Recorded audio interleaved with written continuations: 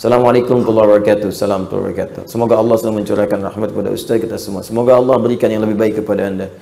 Saya mau bertanya, lebih tepatnya minta sarannya. Ya, baiklah. Saya mau menjawab, lebih tepatnya memberi saran. Saya baru beberapa bulan kerja di sebuah perusahaan. Baik, di satu perusahaan. Lebih tepat, kita bekerja 8 jam, bukan kita, Anda. Anda bekerja 8 jam per hari plus 1 jam istirahat. Tapi dalam sehari, jika di total jam kerjanya cuma 4-6 jam per hari. Karena memang kerjaannya tidak banyak. Sisanya ada yang tidur, main HP, dan lain-lain. Beberapa bulan ini saya merasa risau, karena ini seperti korupsi waktu. Masya Allah. Mohon sarannya Ustadz, apakah saya harus meninggalkan pekerjaan? Karena saya takut ini akan menambah berat hisaban saya kelak di akhirat karena pekerjaan ini, dan karena saya menafkahi ibu saya dari pekerjaan ini. Mohon sarannya. Sepanjang pekerjaan itu halal, bukan pekerjaannya yang ditinggalkan, tapi kebiasaan Anda yang dirubah.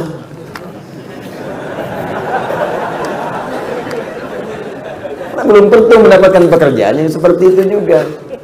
Ya, kerja yang diwajibkan 8 jam, beban kerjanya baru 6 jam, 4-6 jam, sisanya pakai apa? Pakai untuk merumuskan, menyempurnakan pekerjaan itu lagi. Bikin ide-ide cemerlang yang bisa diusulkan pada perusahaan. Buat ide-ide kreatif yang inovatif. Itu bahkan bisa mengangkat level Anda. Ketika Anda punya usulan, usulkan ke atas. Mungkin yang pertama belum diterima. Kedua munculkan lagi. Ketiga. Sehingga nanti supervisor melihat nih, idenya banyak nih. Nih giat nih. Itu bisa mengangkat Anda level lebih tinggi. Naiklah jadi pengawas. Kalau sudah pengawas, ya cuma ngawasin lebih sedikit lagi.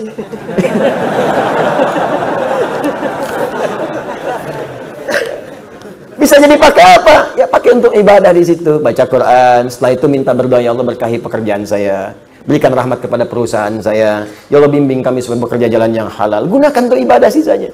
Imma Anda membuat ide-ide kreatif, atau Anda coba deteksi apa nih pekerjaan untuk besok. Siapkan lagi. Itu yang dimaksud ayat fa idza faraghta fansab. Jika telah selesai yang sekarang, siapkan buat yang nanti.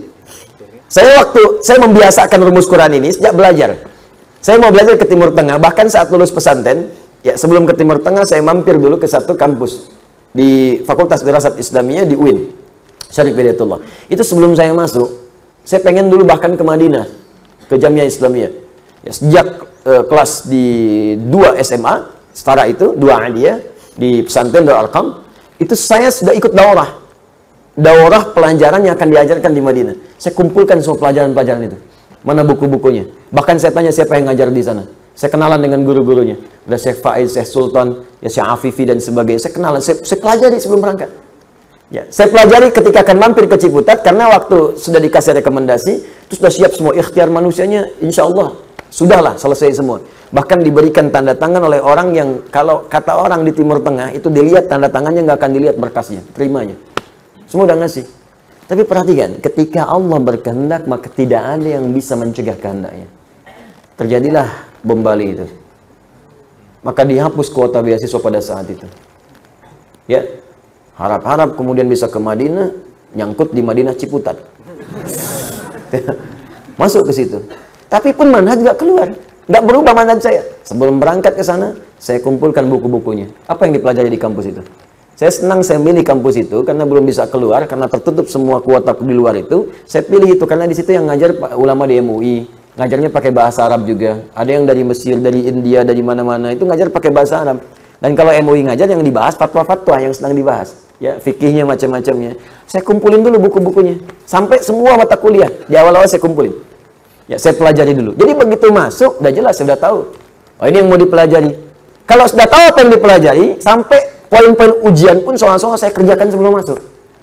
Saya udah paham, ini gurunya ini, kebiasaannya ini. Ini senang begini, ini senang begini. Ini senang jawaban begini. Jadi kalau ada guru yang senang jawaban pendek, gak usah panjang-panjang. Panjang-panjang malah 0 nilainya. Senang pendek ya pendek, panjang ya panjang. Ya itu, kalau sudah seperti itu selesai. Apa yang saya kerjakan? Saya bisa isi waktu saya, pergi ke perpustakaan, bikin catatan, baca lagi, kembangkan lagi, nulis lagi. Kadang saya nulis sendiri, bikin soal sendiri, kerjain sendiri.